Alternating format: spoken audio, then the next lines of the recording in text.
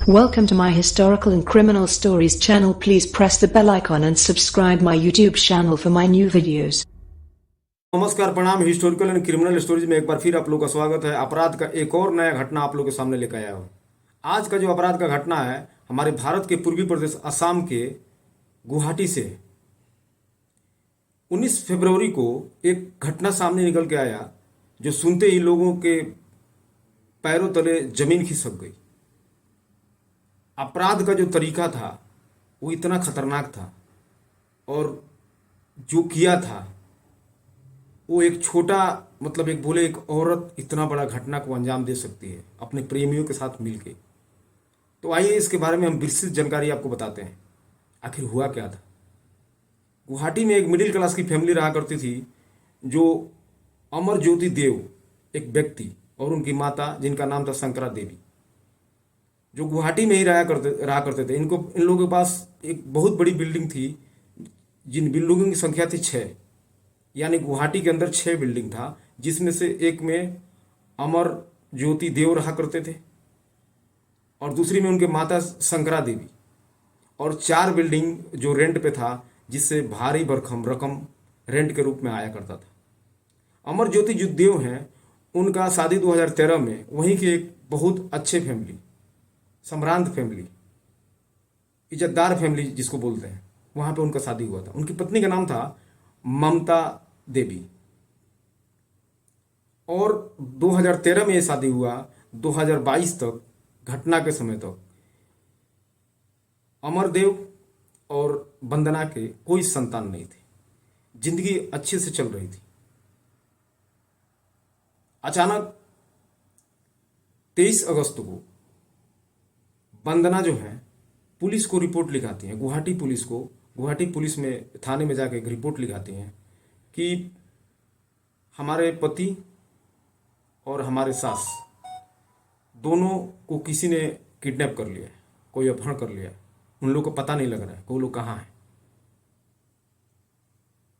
और 25 फरवरी को उस घर को छोड़ के अपने मायके चली जाती है और फिर 2 महीने के बाद, यानी 23 को उन्होंने एफआईआर दर्ज कराया था।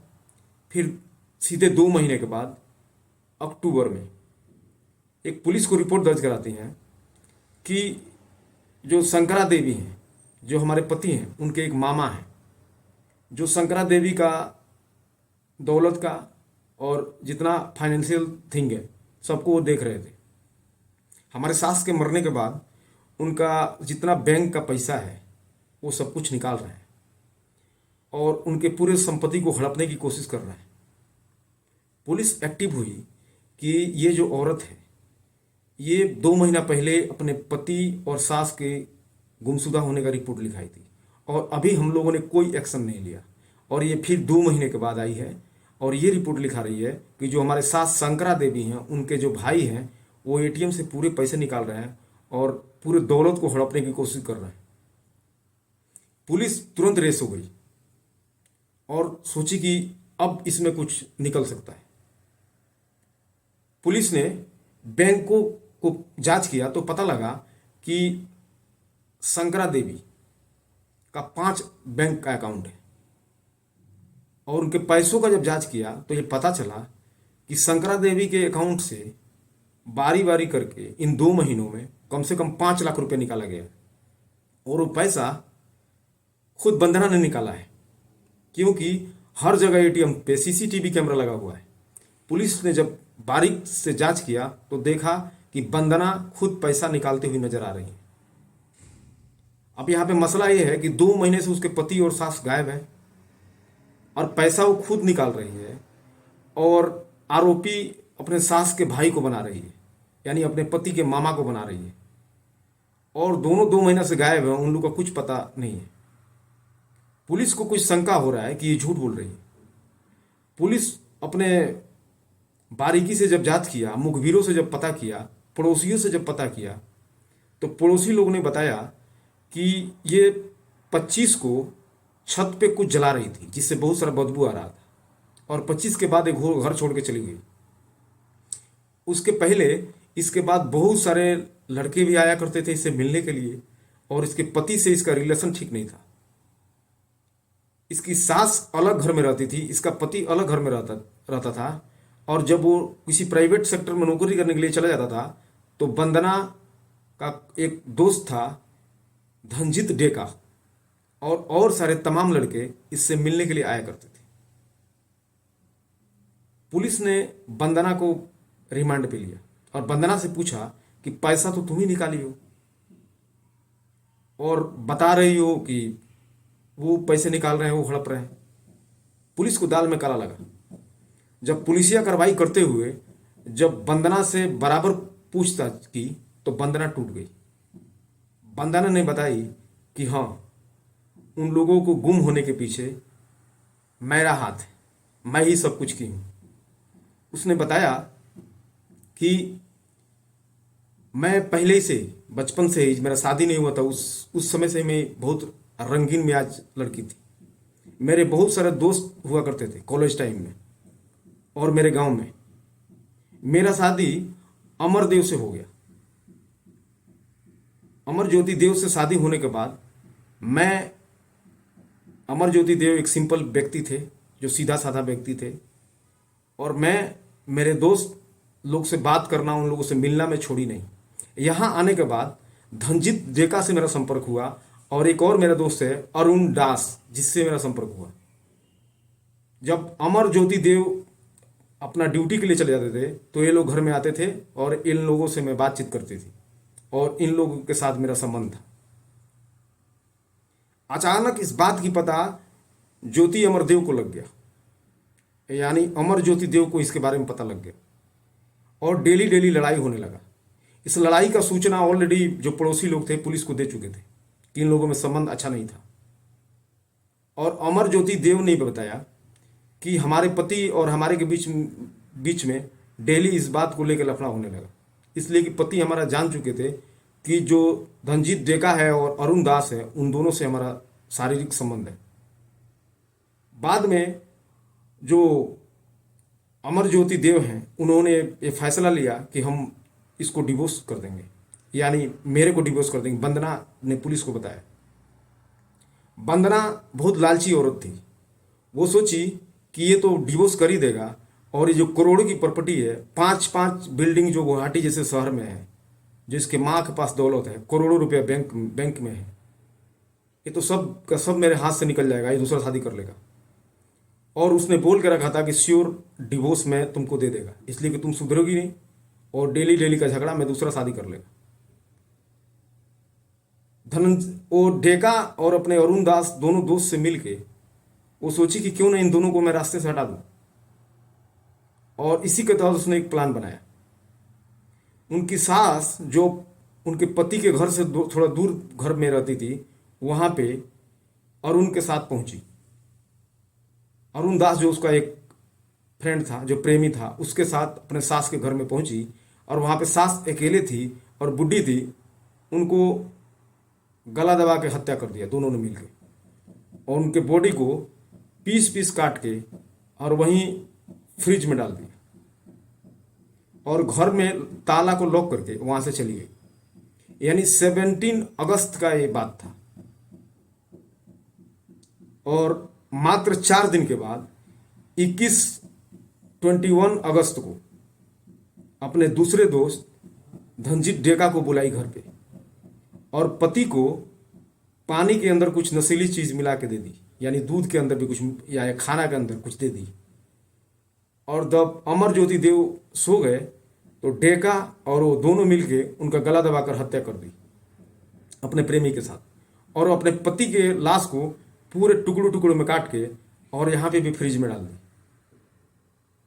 यानी 17 और 21 एक परिवार के 2 व्यक्ति को काट के उनको फ्रिज में डाल दिया गया, पीस पीस टुकड़ों टुकड़ों में।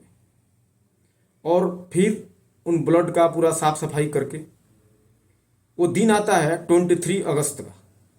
23 अगस्त को पहले अरुण जाता है उसके माँ के वाली बिल्डिंग में और ताला खोलता है, और उस पूरे जो शरीर को टुकड़े टुकड़े काटे थे उसको बैग में पैक करता है, कार में लोड करता है, और यहाँ पे वंदना वाली घर में आ जाता है, यानी अमर ज्योति का जहाँ पे शरीर को काट के रखा हुआ था।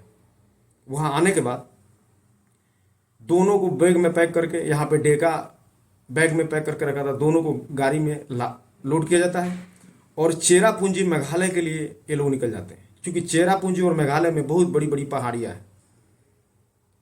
और ले जाके इन लोगों ने माँ का शरीर को चेरापूंजी में और अमर ज्योति देव के शरीर को टुकड़ों टुकड़ों में अलग अलग पैक करके और अलग अलग लोकेशन में फेंक देते हैं 23 तारीख को 23 को।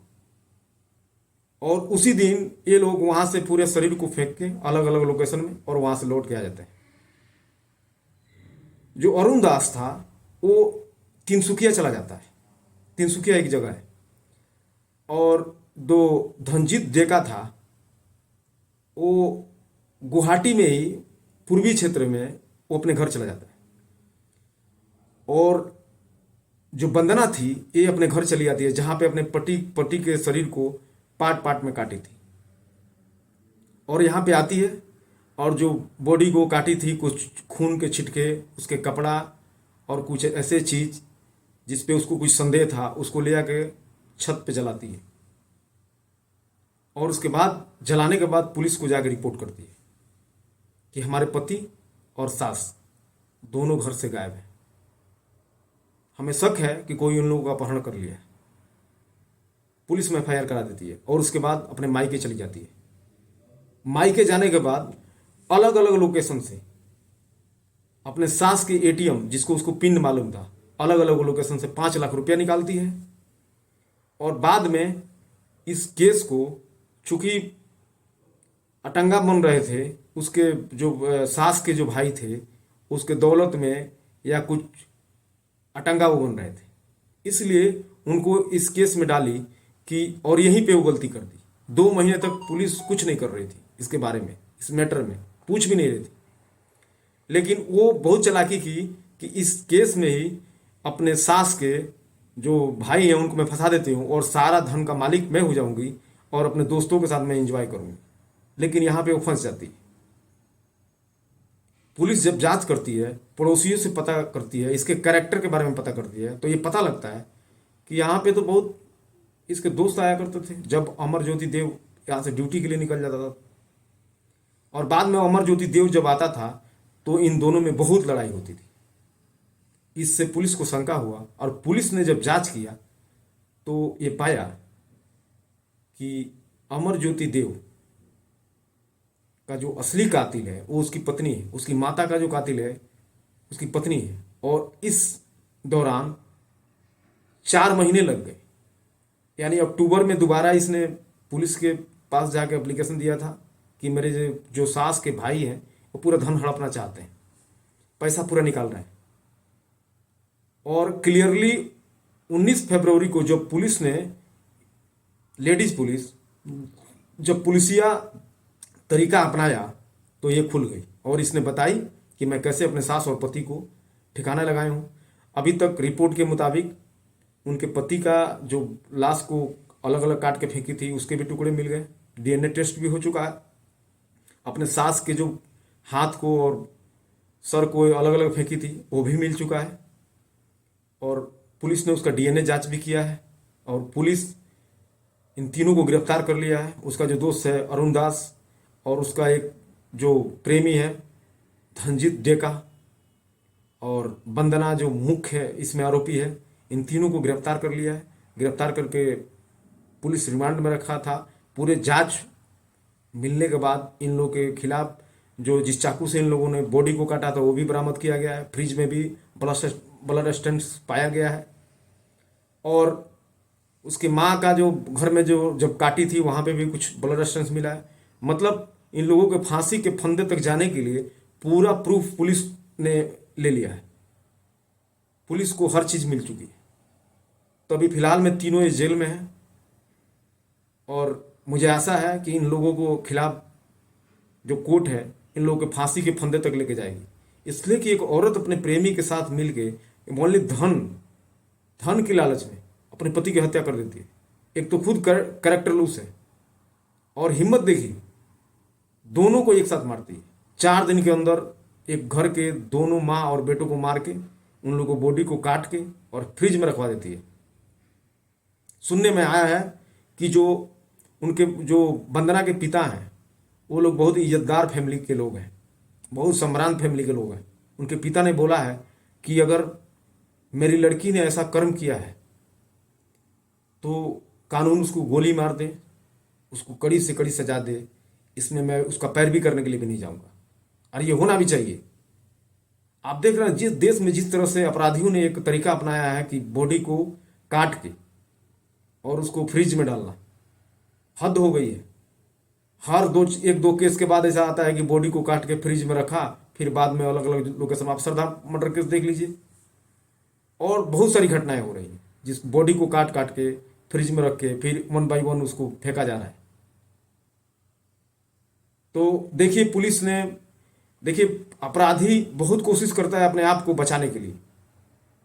आप समझ सकते हैं कि अगस्त की घटना है, अगस्त में सब कुछ मिटा दिया। मेघालय और चेरापूंजी जैसे पहाड़ी हिल एरिया है, वहां पे ले जाकर बॉडी को फेंक दिया, और खुद अक्टूबर में आके FIR दर्ज कराई, और खुद अपने ही जाल में खुद फंस गई, और पुलिस उसको गिरफ्तार किया, और दूध का दूध और पानी का पानी हो गया।